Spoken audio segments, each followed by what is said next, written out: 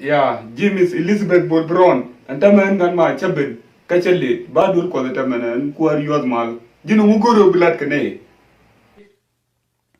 Emma the mugoro bilat your attention union Christian dial ten palke Yeshu Kurtora Nazareth. Aken konjulu ko zia suma Bol Brown.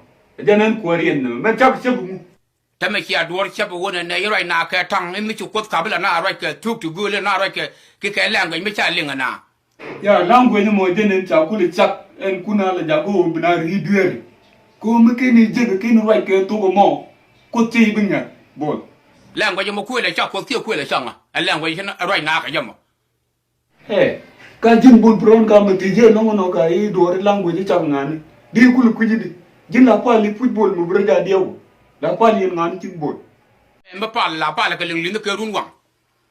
Kama pal ka lin ke run wang pal wa pal ka tok lin ke run wang. Yes. Nyam cha nyamar nya cha cha ke ga good guy jini di pal ka lin ka ku lin la nenu ka jini ci tuk te ne to ci gur ba ne ne lebda men wele bat pala ja ka to da ci lin da beling ka kula pali di Bol Brown iya chu kar to ra na da ka loida chan yu ala long ko chan na da yemberes iya chu kar to ra na da tan kel ka wa duer ga dialo wi ya ga ga kel bare ilusin man pa la ga cha nay da ma jo ka Bol mo gul ko nu kel dunda balala chara chagala ka bam moy Bol ga yedi to de lay fele ka chara chwa balala ja da babla da ala ngo ya kiawo kure do ita wo bana right ka tang e balala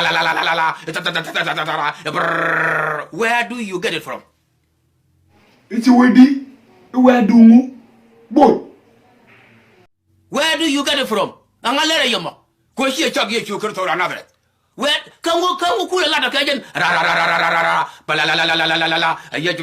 What is going on with you people? Ka ka jin Bol ko ye ci bitia e mu ci ye ci lad. Man dong ci ne kula bele. Ye chu kurto che la re war gang ke bana ro ke tuk tu gol chamini wo yete ko to mo ba wa chak bi chak to de. La. Mar. Ah, Lord, yes, what's going on with my people in the world? Mais jini ci ram de way to mo Bol. Ne di ci the bar de ko waji bi. Yen bar biaroj anya ya chukar to another amanya ngamanya kire ni churu la ya chukar to ya ramala ya chu ya ha Guys Stephen Bol. Ka jini tay mi ci kula de bar ku gu ray ka waji mo. Ka jang pa ngeen jang yo bi ku ray di.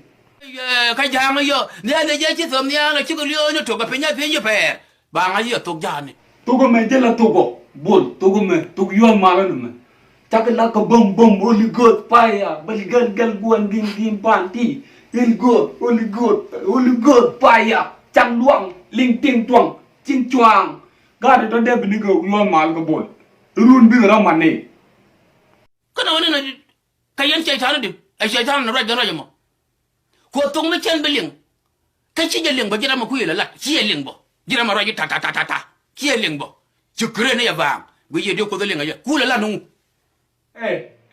jin Bol le jiram ke kane du wur koro eno ti de ne de kon yo mal ga e ko wal ka ga ci gwa bin nga cha mu e ka ko wal but ya wa da baga cin tin gan wala to cha ga jek baga ka Nigeria ka jin ga Bol Brown ga tin di lo la na Nigeria ne ti ye ke lu te we de ti di ja chwa ke Emmanuel ne di yo nu wang na ke ye ke na kon di le balan di le bun wor ga ne kon tin ne ko gon go ti ni na ga re ko ni gene ja la ya changa na cha man Emmanuel cha le lok cha TV ja chwa cha le lok ka ga re te ka South Africa Bol me je ra niam ta ka South Africa wa ka ka je chara je li chwa ku li yo ngu chi le lu Mandela je li do mo ko ye pu yo jin ye jin ngade ngu chi Mandela ku je li do ga jin ga anter Bol Brown ga ni jin ga tel ku dia ko lu ga ni na ko yo mala ta cha tar bob li da damn it